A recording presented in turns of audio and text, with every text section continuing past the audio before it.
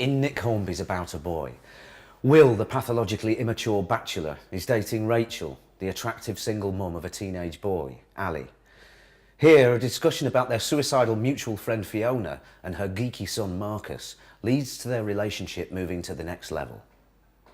Are you sitting comfortably? Then I'll begin.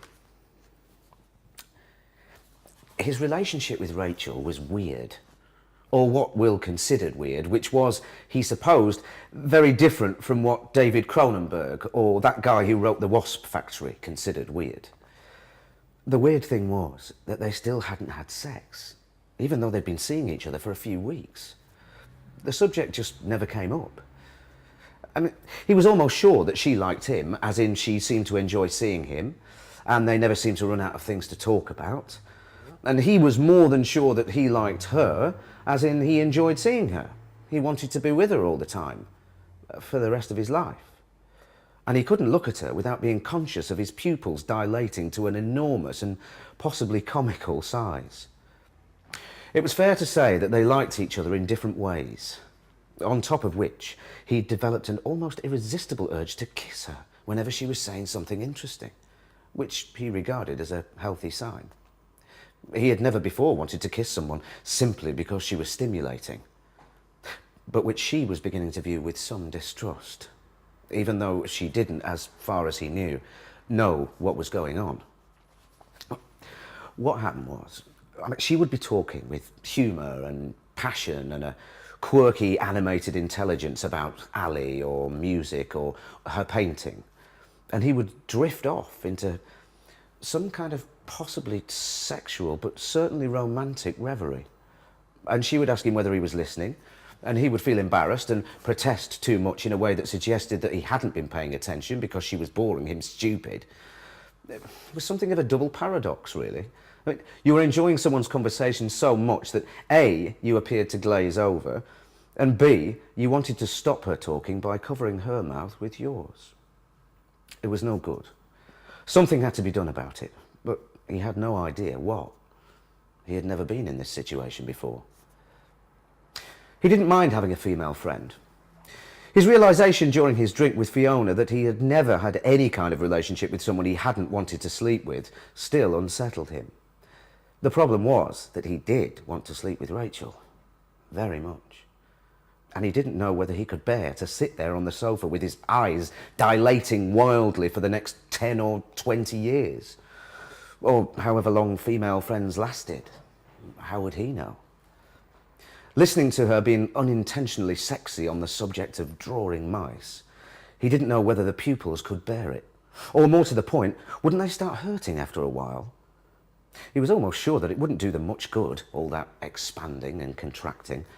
But he would only mention the pupil pain to Rachel as a last resort. I mean, there was a remote possibility that she might want to sleep with him to save his eyesight. But he'd prefer to find another, more conventionally romantic route to her bed, or his bed. He wasn't bothered which bed they did it in. The point was that it just wasn't happening. And then it happened. That evening, for no reason that he could fathom at the time. Although later, when he thought about it, he came up with one or two ideas that did make sense, but the implications of which he found somewhat disturbing. One moment they were talking, the next moment they were kissing, and the moment after that, she was leading him up the stairs with one hand and unbuttoning her denim shirt with the other. And the weird thing was that sex hadn't been in the air. Well, as far as he could tell. I mean, he'd simply come round to see a friend because she was feeling low. So, here was the first of the disturbing implications. If he ended up having sex when he had been unable to detect sex in the air, he was obviously a pretty hopeless sex detective. If, in the immediate aftermath of an apparently sex-free conversation, a beautiful woman started to lead you to the bedroom while unbuttoning her shirt, you were clearly missing something somewhere. It began with a stroke of luck that passed him by at the time. Well, Ali was away for the night, sleeping over at a school friend's house. If Rachel had told him at any other stage of their relationship that she was unencumbered by her psychotically Oedipal son, he would have taken it as a sign from Almighty God that he was about to get laid.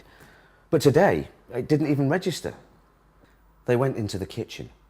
She made them coffee and he found himself launching into the whole thing about Fiona and Marcus and the point, even before the kettle had boiled. What's the point? Rachel echoed. Jesus. And don't say Ali. I haven't got an Ali. Well, you've got a Marcus. Yeah, but it's hard to think of Marcus as the point of anything. I know that's a terrible thing to say, but it's true. You've met him. No, he's just a bit messed up, but he adores you. It had never occurred to Will that Marcus actually had any real feelings towards him, especially feelings that were visible to a third party. He knew that Marcus liked hanging out at his place. He knew that Marcus described him as a friend. But all this he had taken merely as evidence of the boy's eccentricity and loneliness. Rachel's observation that there were real feelings involved kind of changed things. Just as they sometimes did when you found out that a woman you hadn't noticed was attracted to you. So that you ended up reassessing the situation and finding her much more interesting than you had ever done before. You reckon? Of course he does. Well, he's still not the point, though. If I were about to stick my head in a gas oven and then you told me Marcus adored me, I wouldn't necessarily take it out again. Rachel laughed. Well, what's so funny? I don't know. Just the idea that I'd be there in that situation. I mean, if you ended up sticking your head in a gas oven at the end of an evening, we'd have to come to the conclusion that the evening hadn't been a raging success. Will stopped and started and then ploughed on anyway, with as much sincerity as he could muster, and with much more sincerity than the line could bear. I would never stick my head in a gas oven at the end of an evening with you. He knew the moment he'd said it that it was a big mistake. He'd meant it, but that was precisely what provoked the hilarity. Rachel laughed and laughed until her eyes filled with tears. That, she said in between great gulps of air, is the most romantic thing anyone has ever said to me.